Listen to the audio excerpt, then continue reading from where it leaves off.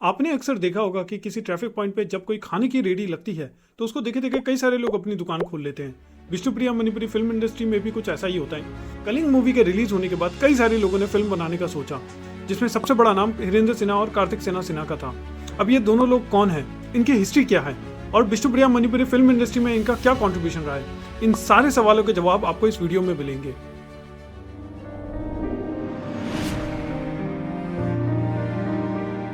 Hello everyone, स्वागत है आप सबका सामाजिक मुद्दे के एक नए एपिसोड में। तो वीडियो को शुरू करने से पहले हम आप सभी को थैंक यू बोलना चाहते हैं, क्योंकि आपने हमारी पिछली वीडियो को इतना ज़्यादा पसंद किया। आप सभी के पॉजिटिव कमेंट्स और रिस्पॉन्स से हमें मोटिवेशन मिलती है कि हम इस तरह के नए नए वीडियोस आप सबके सामने लाते रहे। तो आप प्लीज़ अपना सपोर्ट हमारे साथ रखिए और हम उम्मीद करते हैं कि आगे भी आप सबके लिए इंटरेस्टिंग वीडियोस हम लेके आते रहेंगे। तो अपनी पिछली वीडियो में हमने बात की थी कलिंग मूवी की, और आज हम बात करने वाले हैं विष्णुप्रिया मणिपुरी फिल्म इंडस्ट्री की दूसरी मूवी आधारे मिंगाल की।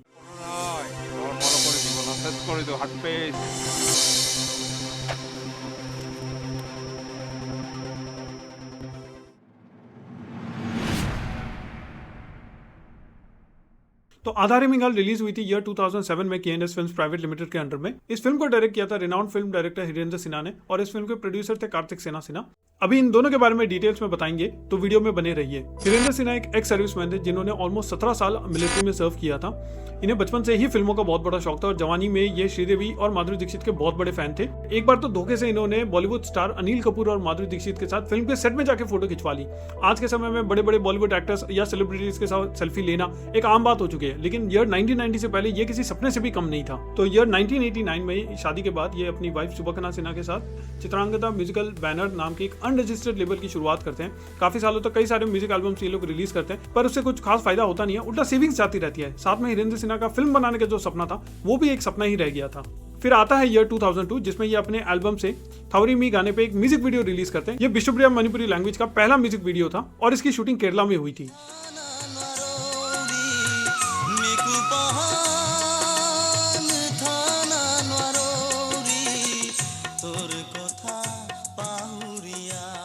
आज भी ये गाना आपको YouTube में मिल जाएगा। फिर आता है ईयर 2003, जब हिरेंद्र सिन्हा हरिनाम सोलकर नाम का एक एल्बम रिलीज करते हैं, जो एक भक्ति संगीत वाला एल्बम था। तो आज के समय में हम Spotify या YouTube जैसे प्लेटफॉर्म्स पे आराम से गाने सुन सकते हैं, पर उस वक्त लोग गाने सुनने के लिए CD या फिर ऑडियो कैसेट्स का यूज किया करते थे। तो अपने इसी एल्बम के ऑडियो कैसेट्स को बेचने के लिए हिरेंद्र सिन्हा आते हैं सिलचर के साधु ठाकुर सेवा आश्रम में। उस वक्त यहाँ महासभा का ऑर्गेनाइज विश्व सम्मेलन प्रोग्राम चल रहा था और यही उनकी मुलाकात होती है कार्तिक सेना सिन्हा से।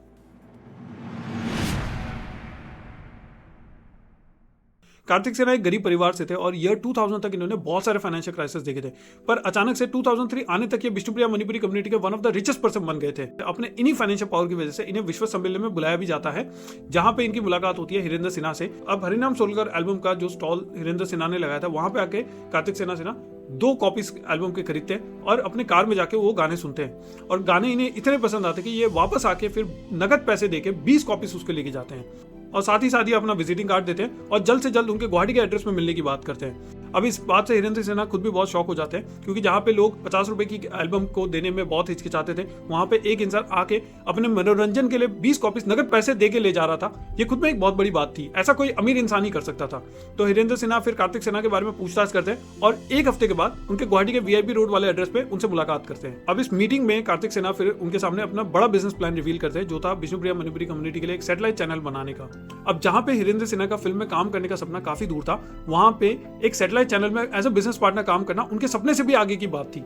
इन दोनों को एक दूसरे में अपना फायदा दिख रहा था और इसी वजह से ये दोनों हाथ मिला लेते हैं, और अगले 2 दिन के अंदर कार्तिक सेना हिरेंद्र सिन्हा के हाथ में 50,000 रुपए देते हैं और एक नई एल्बम बनाने की बात करते हैं।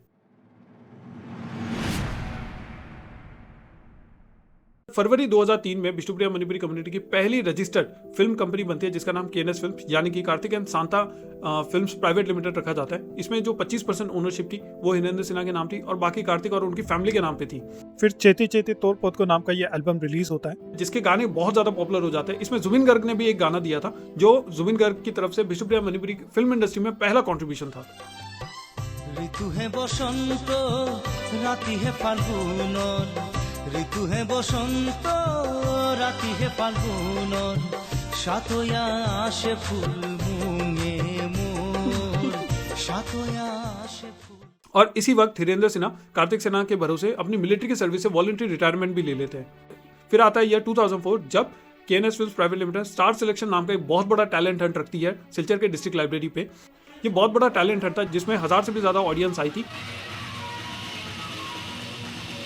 इस पे सिंगिंग, मॉडलिंग और एक्टिंग के लिए सिलेक्शन चल रहा था और प्राइज मनी के साथ साथ लोगों को ये भी एश्योरेंस दी जा रही थी कि उन्हें आने वाली मूवीज में काम करने का मौका मिलेगा। इसी वजह से लोग भी काफी ज्यादा एक्साइटेड थे और ऑलमोस्ट 300 से ऊपर एप्लीकेशंस आई थी, जिसमें से जिशु सिन्हा और तुषार अर्जुन ने मॉडलिंग भी की थी। फिर उसी साल ईयर 2004 में ₹40,000 में खैबर चोल नाम का एक एल्बम रिलीज होता है, जिसमें पॉपुलर कॉमेडियन निरंजन सिन्हा को अपने करियर का सबसे बड़ा ब्रेक मिलता है। ये विष्णुप्रिया मणिपुरी कम्युनिटी का one of a kind album है जो उस समय लोगों में काफी ज्यादा पॉपुलर हो गया था। अब ये सारी बातें जो मैं आप सबको बता रहा हूँ ये स्टोरी में आगे जाके कनेक्ट होगी, तो वीडियो में बने रहिएगा। देखिए, इस सीरीज में हम जो वीडियोस बना रहे हैं उसमें रिसर्च, प्रोडक्शन और एडिटिंग में काफी ज्यादा टाइम और एफर्ट लगता है।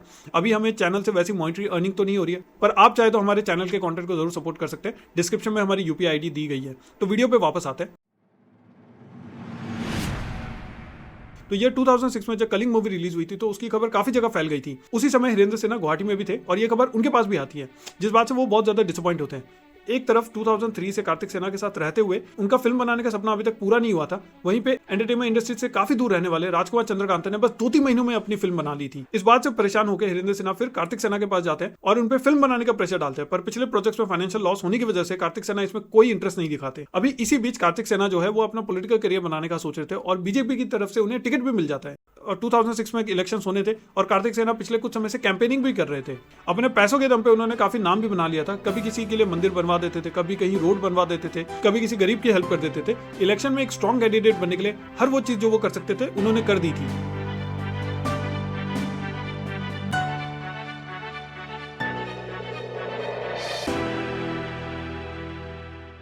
पर इन सब में उम्मीद से ज्यादा बहुत ज्यादा खर्चा हो रहा था और जिस तरह का फेम उन्हें चाहिए था वो रिटर्न ऑन इन्वेस्टमेंट उन्हें मिल नहीं रही थी। और इसी समय हिरेंद्र सिन्हा भी अपने मिलिट्री की सर्विस छोड़ने के बाद अपने पेंशन पे जी रहे थे, तो फाइनेंशियल प्रॉब्लम दोनों की तरफ से थी।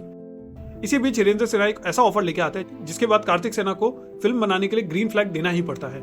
देखिए, ये पाथरकांदी डिस्ट्रिक्ट है और इसमें ऑलमोस्ट 25 से 33% वोट बैंक जो है वो विष्णुप्रिया मणिपुरी लोगों का है। तो इस वोट बैंक के सपोर्ट से इलेक्शन जीतना काफी आसान हो जाता है। अब ये विष्णुप्रिया मणिपुरी लोग जो है ये भले ही अपने आइडियोलॉजी में एक दूसरे से अलग हो, पर अपने कल्चर की वजह से साथ में जुड़े हुए भी है। तो इस सेंटिमेंट को टारगेट करना बहुत ज्यादा जरूरी था। इसी अपॉर्चुनिटी को हिरेंद्र सिन्हा ने भी आइडेंटिफाई किया और कलिंग मूवी का एग्जांपल देते हुए नई फिल्म बनाने की बात की। इससे विष्णुप्रिया लोगों के बीच में कार्तिक सेना की पॉपुलैरिटी काफी बढ़ जाती और साथ ही साथ इलेक्शन जीतने में भी हेल्प होती। इस प्रपोजल में कार्तिक सेना को अपना फायदा दिखता है और फिर 50,000 रुपए देकर फिल्म शुरू करने की बात करते हैं। तो हिरेंद्र सिन्हा जो है वो ये सबसे पहले कुलदीप बोरा से कांटेक्ट करते हैं। ये पिछले कुछ समय से आसामीज फिल्म इंडस्ट्री में सीरियल्स और फिल्म्स में काम कर रहे थे और इस पूरे प्रोजेक्ट में ये डायरेक्शन, स्क्रिप्टिंग, प्रोडक्शन और पोस्ट प्रोडक्शन जैसी चीजों में काफी इंपॉर्टेंट रोल प्ले करते हैं। इस फिल्म को बहुत ग्रैंड स्केल में बनाया गया था। ये इतनी बड़ी मूवी थी कि पाथरकांदी इलेक्शन तक को इसने इफेक्ट कर दिया था। फिल्म को ऑलमोस्ट 1 साल लग जाता है शूट होने में। जहां भी फिल्म का क्रू जाता था वहां पे बहुत बड़ी भीड़ लग जाती लोगों की। लोगों के लिए ये कुछ नया था जो उन्होंने पहले कभी सोचा नहीं था। आज वो उनके सामने हकीकत बन चुका था। कास्टिंग के लिए 2004 के स्टार सिलेक्शन टैलेंट हंट से लोगों को लिया जाता है। फिल्म की बाकी डिटेल्स अभी आपके स्क्रीन में है, आप देख सकते हैं।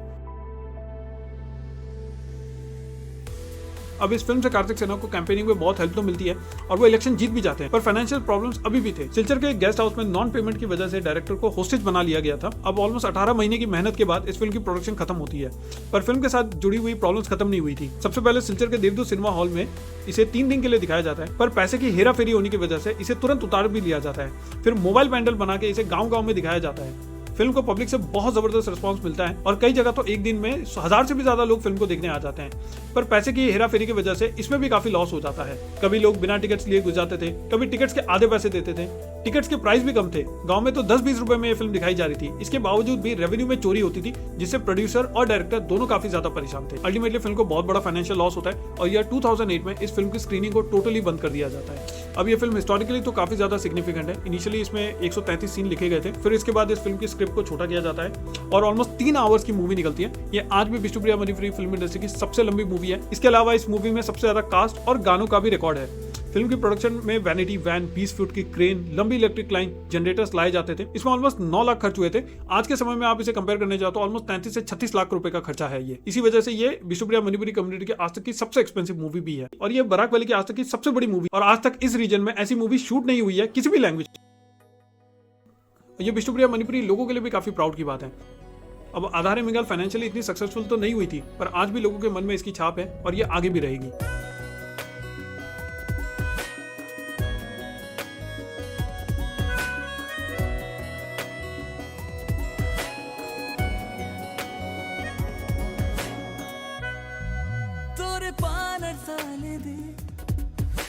का दात आनर का निये पे आहे सू